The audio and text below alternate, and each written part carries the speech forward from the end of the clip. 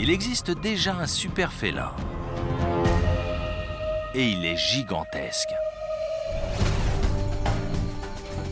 Parfois, dans la nature, il se produit des accidents. Un zèbre s'accouple avec une jument et on obtient un zébrule. Et lorsqu'un lion s'accouple avec un tigre, on obtient un ligre. Les lions et les tigres sont en réalité séparés par environ 7 millions d'années d'évolution.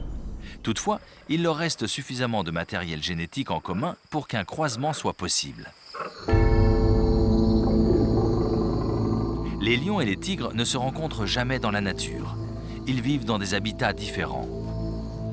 En captivité, en revanche, tout est possible. Voici Zeus, le ligre. C'est un ligre parce que son père est un lion et sa mère un tigre. Il est énorme. Il pèse 408 kilos et mesure 3,35 m de long.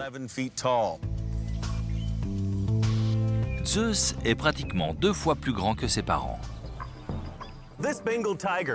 Ce tigre du Bengale pèse plus de 250 kilos. C'est un mâle adulte. Il a une grosse tête, une structure osseuse importante, mais il semble petit à côté de cet énorme ligre.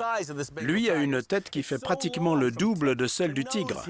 Elle est tellement longue, de là à là, qu'elle est énorme. La taille de ses muscles et de ses mâchoires en font un animal très impressionnant. T'es gentil. Voici un crâne de tigre, un crâne de lion et un crâne de ligre. Ces deux-là ont une force de morsure de 180 kg au niveau des canines. J'ai mesuré la taille des muscles de cet animal et l'ouverture, et j'en ai déduit qu'il pouvait avoir une force de morsure de 450 kg au niveau des canines. De ce point de vue-là, le ligre est un super félin. Cependant, un prédateur d'exception comme le super félin doit allier puissance et rapidité. Dans ce cas, est-il judicieux qu'il soit le plus grand des félins? L'énorme ligre a des mâchoires 2 fois plus puissantes que n'importe quel autre félin. Seulement, être grand présente des inconvénients. On ne pourrait pas lâcher Zeus en lui disant « va chasser ». Il est trop gros et trop paresseux pour survivre dans la nature.